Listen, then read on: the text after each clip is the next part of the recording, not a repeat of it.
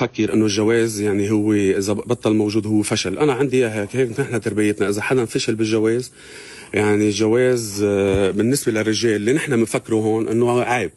فانا ضلات قد ما بدي قد ما بدكم حافظ على الجواز وحافظ على الاولاد وما عم يمشي الحال.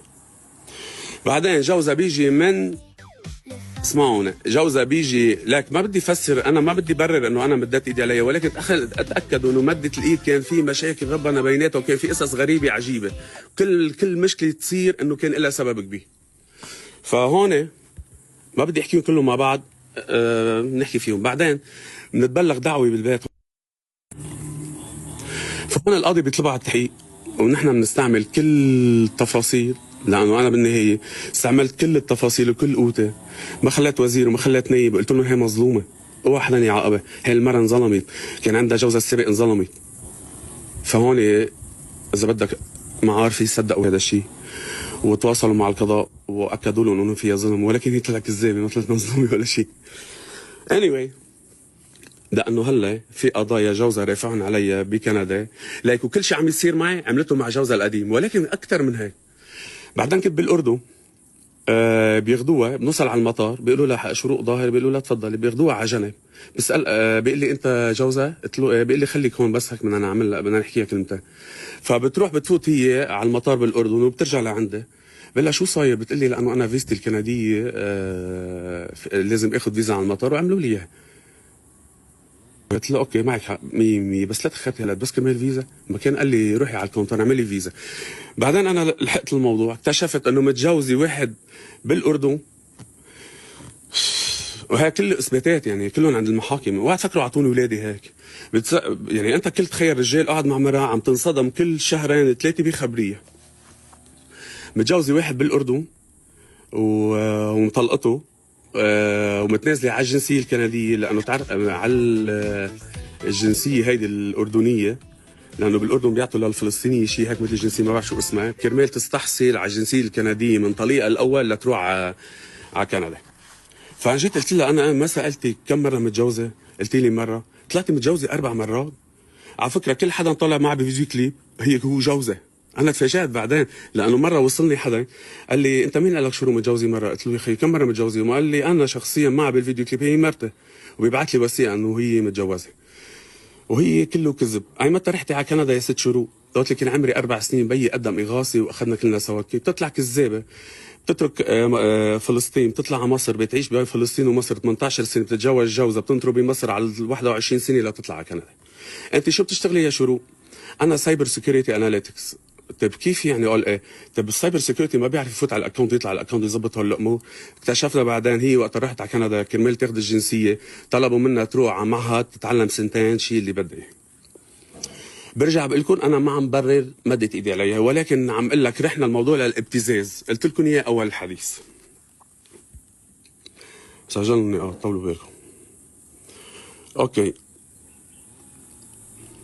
اما دقت لي مره قالت لي شوفوا شو مخططين ليك، وانا بعدين فكرت انه ما قلبها طيب، طلعت عامله بفادي التقالي هيك، عامله بريمون جوزها هيك، عامله باحمد جوزها هيك، عامله بمحمد عيشه الاردني هيك، وعامله بهالمضروب على راسه جورج ديب هيك. نحن ال50 وخمستنا عنا نفس القضيه، وخمستنا عنا نفس القضيه، بس كل وحده ببلد نفس القضيه وكلنا سيئين. بتدق بتقول لي، قلت لي كيفك انت وشروق؟ قلت لها كثير سيئين. قلت لها كونك انت امه، انا بعرف شكلها الامه، اللي معي 4 سنين ما بعرف شكلها الامه. بتقول لي شروق بدها الثقه. قلت لها كيف يعني بدها الثقه؟ ما قاعده بيجي 24 ساعه، كل نهار بتعمل بلوكات للعالم، كل نهار بتقول لي 1 2 3. كنت اتهمتني بكاتريكسا، الله يوجه لها الخير لهالبنت، اتهمتني فيها وقالت لكم انه هي مدري شو عملت معي وكذا، وانا وحياه اولادي وحياه السما كله كذب. لك اتهمتني 100,000 شغله، لك اتهمتني بجارتي، اجت جارتي لعندها قالت لي انت هبله يا زلمه، انا مناشي هاي المره عندها حاله وهميه بتشوف هالقصص وبتمشي فيها. فقلت لي اعطيها السياق. قلت لها شو بعطيها السياق؟ ما بنتك حدي 24 ساعه بال4 سنين ما تركتني ثانيه.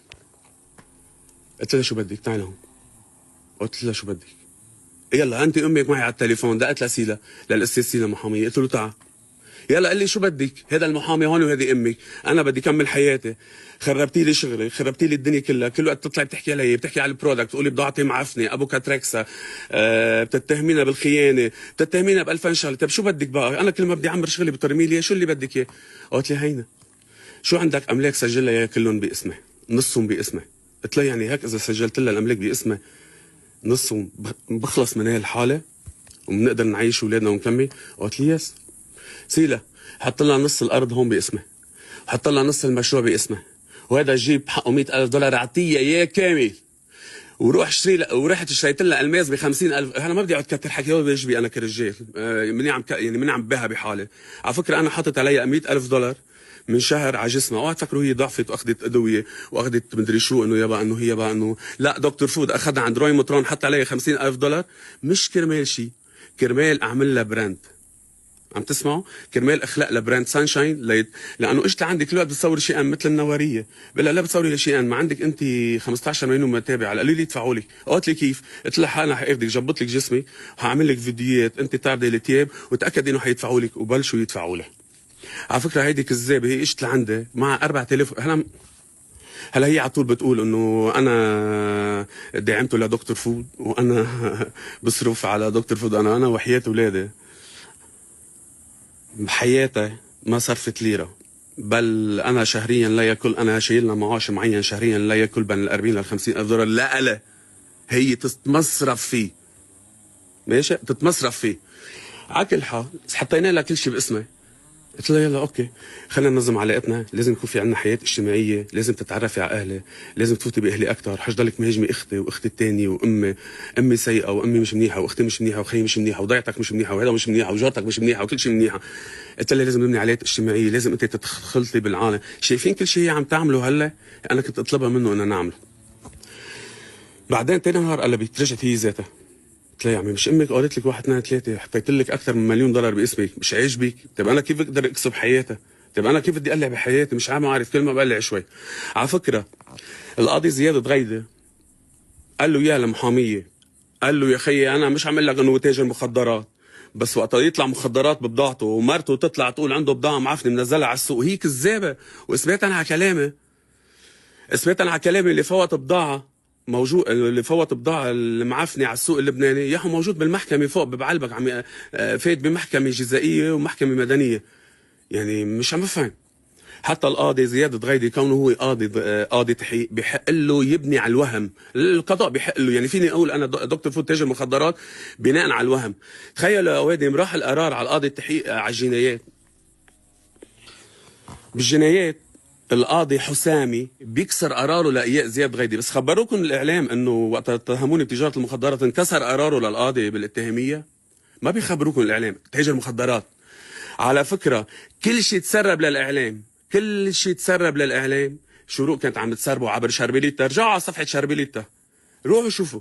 طيب انت بتسربي على جوزك، بعدين اكتشفت انه هي امها بيخططوا لهذا الشخص قد ما يقوى بيكسروه، بيجربوا يكسروه ولا حتى تحافظ عليا. قلت لها انت عم تجربي تخربي لي بيتي لتحافظي عليا بدل ما تكبري وكبر لك اسمي.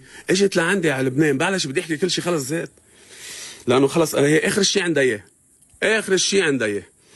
اجت لعندي على لبنان مع $4,500 وحياة يسوع المسيح والله ومحمد ما معها غيره. صارت تقول للعالم انه انا عم اعمله. قلت يا خيي هالمره نظلت بحياتها، كل ما حدا يسالني يقول له ايه مرتي يا خيي ايه هي عم تعمل. مرة اجى لعندي يا زلمه، مرة اجى لعندي والله العظيم، اجى لعندي هون تاجر كبير بطرابلس قال لي يا زلمه انت بلا اخلاق. قلت له ليش؟ قال لي ما زعل عم بحكيك مثل خيي، معقول ما بتعطي مصاري لمرتك وتصرف على مرتك؟ لانه انا التجار بيعرفوني انا شو بطلي. قلت له انت من عقلك؟ بس انا بدي اقول لكم شغله وحده، قبل ما فيلم البيت واخذت قرار تركت لها $130,000 $100,000 بباي بال، وتركت لها بالبيت $30,000 كاش و56 مليون 50 مليون مدري 56 مليون. وانا هلا عم اتحارب بمصرياتي. انا هلا انتم رايحين تسهروا على حساب صباط، سوري على حسابي، هي اللي عم ترفع دعاوى للمحاميين على حسابي. كل هذا الشيء تطلع بتقول لكم ما ببعت مصاري. اكذب شخص على الكره الارضيه. هلا انا ما بدي فوت بالشخصي معه، خليني اخبركم المعاناه اللي عانيتها معي، وبرجع بقول انا اللي عملته ما عم بكون مني غلطان، بس تاكدوا انه لو ما صار هذا الشيء وتصرفت هيك كانوا الاولاد راحوا على اسوأ بهالتفاصيل، كل همها انها تأرجي الاولاد انه همها انه تأرجي الاولاد انه نحن انسان سيء. ما عم برر انه انا مديت ايدي عليها، ما عم برر هذا الشيء، بس عم تاكدوا انه كانت راحت الامور لأسوأ من هيك. خبرتكم بالستوري امبارح، انا خبرتكم جزء منها.